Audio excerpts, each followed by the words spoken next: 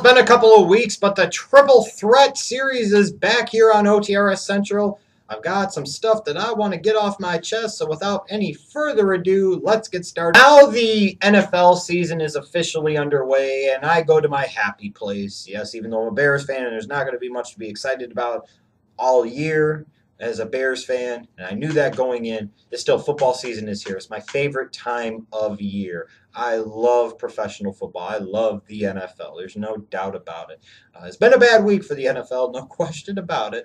But, you know, football's in the air, and unfortunately, when football comes around, my interest in professional wrestling wanes quite a bit, and I'm sure I'm not the only one that falls into that category. But I was thinking about it this week, and I saw a couple of things posted on different websites, and I came to the realization that I actually really miss the XFL.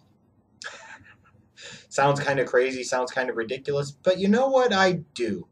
I remember when the XFL was initially launched and the concept was announced. I'm like, oh, this is something different. This is something that could have some appeal if it wasn't Vince McMahon doing it. Where at the time the NFL was getting the label of being the no fun league, the XFL was going to be the extra fun league.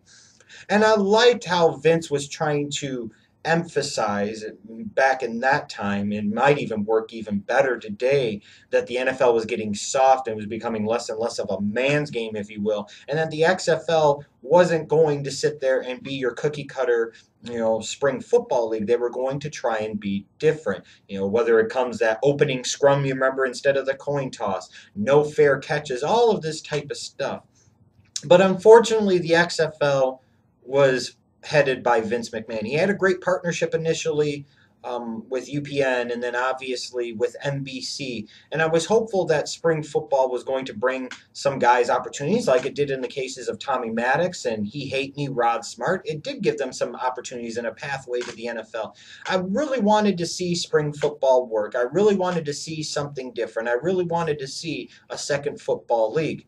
And initially, I think the concept could have worked. But again, it was because of Vince McMahon being in something, as we've seen before, that he doesn't understand, that he doesn't get, and he tries to run it and promote it and package it and produce it like it's professional wrestling. It ultimately didn't work, and it ultimately failed, and it ultimately ended up being a big black eye on Vince McMahon and the company and became a bit of a laughingstock, which I think is kind of sad because when you think about the XFL, we can sit there and make fun of it now, and we could talk about the strippers as cheerleaders and all of this other stuff. But the XFL did some good things that forced the NFL to change the way they covered the games. If you remember, it was the XFL that was doing the interviews with players on the sidelines. Well, you've seen other sports pick that up with players and coaches, whether that be the NFL or the NBA. That's something that Vince started with the XFL. You remember the cameras that were overhead. Well, that's something that the NFL stole and made their own, but they don't get credit for that. The XFL does. The access in the locker rooms, live during halftime. You know, you occasionally still get that, but that's something, again, that forced other leagues to copy, other leagues to change the way that they presented football to you and their sports in general to you. So when I think back on the XFL, I do wish that it would have lasted longer. I do wish that it would have been more successful. I knew going into it that it probably wasn't going to be because of the person spearheading it and what he was eventually going to try and turn it into. But I will still say this. The XFL isn't nearly the joke or the laughingstock that a lot of people want to make it out to be. If it was such a joke and such a laughingstock, then why did so many sports leagues incorporate several different things into their product and their presentation from what the XFL started doing? Now, I think everybody can agree that it's been a bad week for the NFL, and while they might not be able to directly control what their players do, you know, their responses to what these players do and how they conduct themselves and carry themselves goes a long ways towards the perception of the NFL. And that perception has taken a big hit from a public relations standpoint this week. There's no question about it. The Ray Rice situation, people questioning what's going on with Greg Hardy and Ray McDonald, and then shit, AP. You know, Adrian Peterson and his situation, and all the shit just hits the fan. It's like, you know, it can't get worse until it does. That snowball just continues to gain in size and momentum and rolls down the hill faster and faster towards you. So you would think that other sports leagues, other organizations, entities, if you will, would learn from that and say, hey, We don't want to be appearing to be on the side of abusers and seem to be okay with domestic violence. You would think. But of course, then there's the WWE. Just clearly not fucking getting it, in my opinion. This is a company that reportedly fired Alberto Del Rio because he smacked around somebody who made racist statements about him, and they fired him. But they decide, especially of all times in this week, this particular week, with all the shit that the NFL is dealing with in large part because of their own damn doing, they decide that it's a great idea to have Triple H go to Floyd Money Mayweather's weigh-in and offer his support. You know, Triple H, one of the figureheads of the company, one of the corporate representatives of WWE. Now, I get that the WWE is not the morality police, and I get that the WWE hasn't had a problem with criminals in the past. You know, see their treatment of Mike Tyson over the years. They've celebrated this convicted rapist. They've put him in their WWE Hall of Fame, what have you.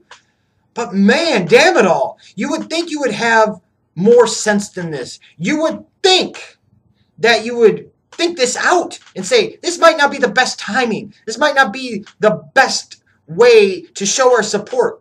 This might not be the best thing to put off from a public relations standpoint as a company, to sit there and have one of your figureheads, one of your top executives go and basically offer your support to a known, renowned, indisputable fucking woman beater. I mean, while Floyd Money Mayweather can't knock out anybody in the damn ring anymore, he sure has no problems knocking out any of his damn women. He has a history of this. And Triple H and the WWE decide that it's a good idea for Triple H to go offer his support to a guy who's known for his willingness to beat his women at a time where the NFL is going through all types of shit because of what one of their players did, several of their players did when it comes to domestic violence, and sitting there and basically supporting it and trying to turn a blind eye until the shit really hit the fan, and then they tried to overreact, and now they're trying to cover their tracks? You would think that the WWE would have a little bit more sense than this. You would think that the WWE would understand the sensitivity of this and say, hey, maybe we don't want to be painted in that same light. But as so many people, you know, have proven over the past week, they're fucking idiots. You know, all these people that are outraged about Ray Rice sit there and listen to Chris Brown, especially women. You hate what Ray Rice did, but you go buy a Chris Brown CD and listen to his music and love it. Well, you're fucking stupid. All these people that bitch about Ray Rice and then sit there and watch and or pay for a Floyd Money Mayweather fight. What the fuck is wrong with you, you stupid fucks? You don't like what Ray Rice or these other NFL players did, but you're basically condoning it by supporting Floyd Money Mayweather. Well, fuck. If the WWE is going to be stupid enough to do it, why shouldn't you be too?